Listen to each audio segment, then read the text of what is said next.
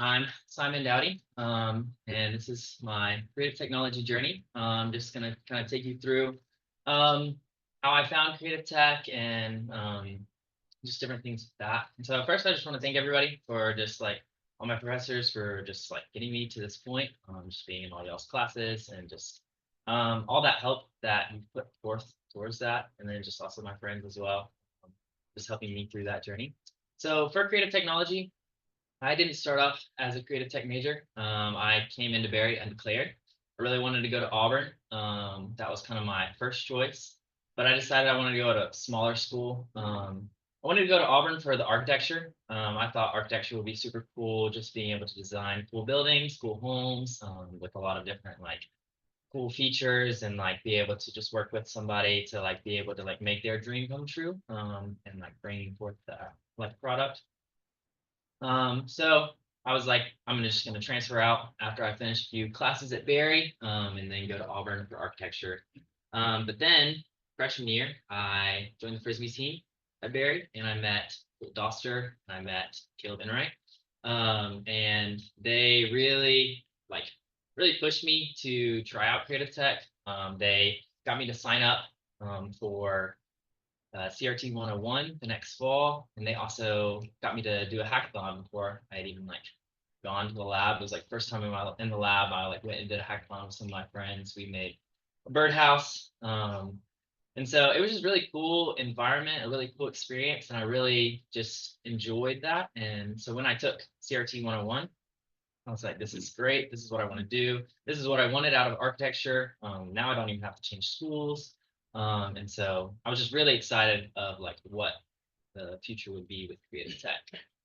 So today, kind of talking like about creative technologies, we take a lot of different classes and we do tons of different projects. Each class has so many different projects that we do in it, and we learn a lot of different just tools and just ways in which to bring forth products. And during my time in creative tech, I kind of have done a lot of projects that have some similarities. And so we were kind of tasked and challenged to go back through and just kind of review all of our projects kind of this semester and just try and see what that like theme was, what kind of tied all those things together. What did I really enjoy making and producing? And so my theme for kind of the portfolio that I've amassed at Creative Tech is designing product-based technologies that provide comfort and ease for travelers. I just found that like I really enjoy traveling. I really enjoy seeing new places and doing new things. But there's also challenges that come with traveling or just being anywhere that you're not comfortable with. And so I really found that I enjoy um, making things, making products to help people who also enjoy traveling with those challenges. Um, and whether that was just like making your life easier or just making your life more beautiful, I just thought both of those things really interest me, and I found that in a lot of my projects. So today I'll be talking kind of about three evidences of this theme, three of my projects I'm really proud of, and that I feel like really just showcase that what I enjoy making. And then I'll be summarizing kind of my capstone project, the thing I've been spending the whole semester on. And then after that, I'll touch a little bit on my future plans after creative technology, because in a couple weeks, I just won't be here. I'll be doing something new. And then we'll have some time for a question and answer. So for my first project, I made this in one of Chris's class in CRT 335. So I really love world maps. I was homeschooled, and when I was homeschooled, we had like a geography class where we had to like learn how to draw the whole country from memory. And so I drew a lot of world maps. I really enjoyed it. And so when I came to the class, I was like, and we had to make something basically just using the technology that we had learned that semester. I decided that I wanted to make like a touch censored map. I really wanted to make it to where it was like every country and it would be all these different light, like LED sequences with it. But we unfortunately don't have the time for all these super in-depth cool projects. And so I wanted to simplify it. And so I used kind of just my own personal like story with some countries that really mean a lot to me, like the US and Brazil, which is where I'm from, and then South Africa, which I've been. And then I also picked some countries that I really want to go. When I made this, I was really interested in going to China to teach English. And I was also considering Australia to be a missionary there. And so I just really thought that it would be cool to have an art piece to go in my dorm, to hang on the wall, using this laser cut material.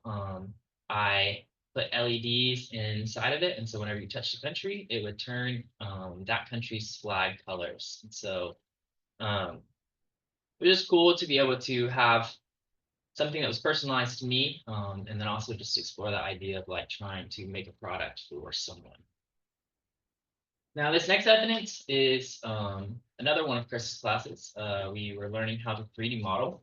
I really love 3D modeling because I like to draw, but I always get frustrated when I draw on it not being perfect and me not being very good at it. And so I really enjoyed learning how to 3D model, and it's something that I hope to maybe pursue after creative technologies. But it was just cool to be able to have an idea in my head and then be able to put that on paper or on my computer screen with a 3D modeling project. So at the end of the semester of this class, we decided we had to create something that either existed or didn't exist and try to 3D model it to where it looked as real as it could be.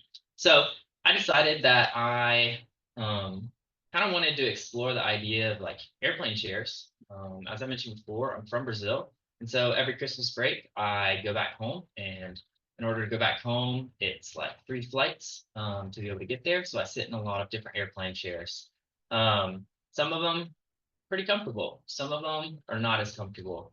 And so when approaching this project, I decided that I wanted to try and make like the optimized airplane chair. And so I kind of reviewed some different airlines that I normally travel, like Delta and United, their actual like specs for those chairs.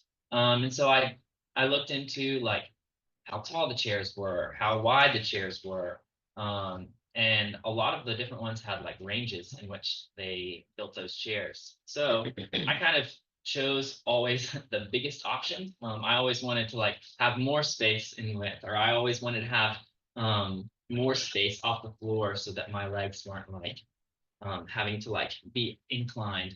And then the other thing that I really looked into was like where the tray table came down. And so I wanted that to be able to fit like over my knees. And so I made it sure it was like the highest possible option to where I could like um, have it come down, but it not just be laying on my knees already.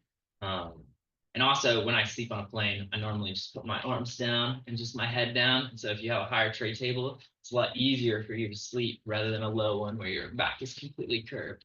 And so I 3D modeled all of this, put it all together, and I had just the joints showing kind of those little movements. A lot of the movement is really small because of the airplane chairs. There's not a ton of room on an airplane to be able to move around. And so the kind of like going back really is pretty small. But I just thought that was a really cool way to kind of like add some research into one of my projects. For that, I took last year Zane's advanced prototyping class. And in this class, we just did a lot of like hardware design and just PCB design. And so for this one, my mom, she lives overseas, but she gets paid by an American company. So she gets paid in dollars, but she spends all of her money in reais, which is Brazilian currency. So she really like when she's out shopping, she needs to kind of know like what the exchange rate is. And so she knows like a little bit of it, but when she's putting in like the expenses and stuff, she needs to know what is like the actual one because it fluctuates a lot. So I wanted to design a product for her to be able to use because it's not always safe to bring out your phone in a marketplace or like on a street corner when she's like buying things. And so I feel like I wanted to design something that she could pull out and feel like a little bit more safe doing. And this is connected to just a website that has all of the currencies in relation to dollars. And so right here, it's the Rand, which is the South African currency. And I just thought this was cool because it was actually solving a real problem that my mom kind of had like voiced to me. And I was able to like use the skills and creative technologies that I had learned to be able to actually come up with a solution that could be further iterated on or just work as is. Now, finally, for my capstone project, I've been working all semester on this capstone project. I set out to make a website that revolves around missions. So I named it the Here I Am Project, an interactive portrait into the missionary journey. These are a couple of the pages on the web-based platform or on the mobile platform. But really, kind of what I wanted to show is just like I have different aspects of this. And on this first page that you'll see with the 3 headshots, those are the people that I interviewed. I did really long interviews with them with a lot of questions. And then I like broke those down to be able to have a kind of multimedia like display with images and pictures and quotes and videos of them actually saying like what they were doing. Um, and so that's kind of was the bulk of my website. And so I have 3 of those. One from somebody who is kind of a local minister here in the States, one who of somebody who is a missionary overseas, and then one for somebody who has done missions in the past but is no longer doing missions and is just in PA school. The reason why I wanted to create this website was primarily to just show it was primarily for students who are kind of looking for what to do next. I feel like there's a lot of students who maybe don't have that challenge to go overseas to really understand like the need of going overseas. And so this is a place where they can kind of be challenged to go overseas. And then I feel like there's also students who maybe are too pressured. So there's people who realize that there's not a challenge, and so they really try and challenge students to go. And in that case, they end up feeling like overwhelmed. It's not what they want to do. And they feel like lesser than because of that. And so I wanted also a place just feel encouraged to be able to like do what they want to do, but also have that challenge to be able to do to like really thoughtfully like consider if that's something that they feel like they really are passionate about doing. And then I just have like a kind of frequently asked question page. And so for this one, I kind of listed out, or I sent out a Google form to a lot of different people, and I asked them a lot of questions, and I boiled down to like the top 5 questions. And in those questions, I kind of just gauged what their answers would be. And so I have them like listed out here. So like for this question, it was what is a missionary? And then I have each person's responses based on like where they like what they do. And so I have global missionaries, and then I have like local missionaries in the States. And then I also have people in non-ministry roles like a lawyer, a future nurse, and like different people like that. I also have this chart kind of like gauging people's fears and anxieties on going overseas and how they feel about that, either if they are overseas right now or if they're kind of just in local ministry as well. And then finally, I also had like a resource page where you could kind of go and get connected with some of the ministries that the people that I interviewed were involved in, as well as just some of the resources that they mentioned during the interview process. Um, and then I have just kind of an about page showing just why I made this project, kind of explaining what I'm explaining now. And then finally, it kind of briefly goes over it. It's like in the stories tab, which is with the interviews, but there's a testimonials tab as well, which is kind of just stories from people that I sent the Google form out that they could just like briefly share. So it's a lot shorter. You don't have to read the whole long multimedia document, but you can if you want to.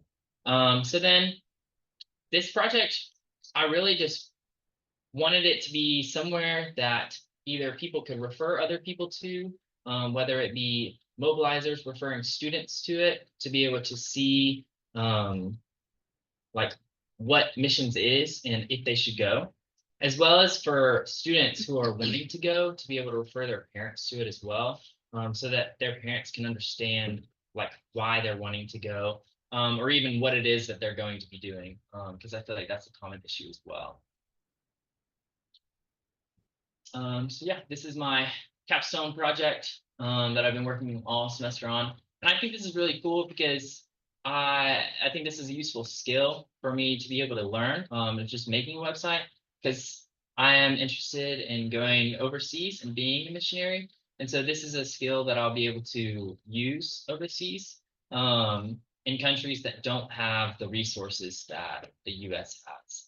There's a lot of countries like Brazil that doesn't really have like the infrastructure online of resources that they can look at. And so this is a cool way for me to be able to really explore that idea so that when I'm actually overseas and I see the need, then I can actually make it. So a little bit about my next steps. First off, I'll be graduating and then living in Canton with my aunt and uncle, and I'll be raising support to be able to go overseas. So I'll just be meeting with people, trying to show them, like, provide a framework for what I would be doing, as well as just inviting them to join my team, either financially or prayerfully. Um, and then after that, in January, I'll be moving to Brazil. I'll be back home with my family. I'll be working with my parents and my older brother for an organization called Campus Outreach. They're also located at Barry, but they have overseas missions as well. And so it would be a part of a program called CO Lead. So I'll be going for 2 years. And I really hope during that 2 years that I can just really encourage the team that I'll be joining, as well as just be able to learn Portuguese and be able to kind of consider if that's what I want to do for like longer period of time. Because since it's just 2 years, it's nice to be able to go spend some time with my family, understand if that's what I want to do full time. And if not, it'll just be a great experience for me when I come back to the States and go into a different job. So thank you. Do y'all have any questions?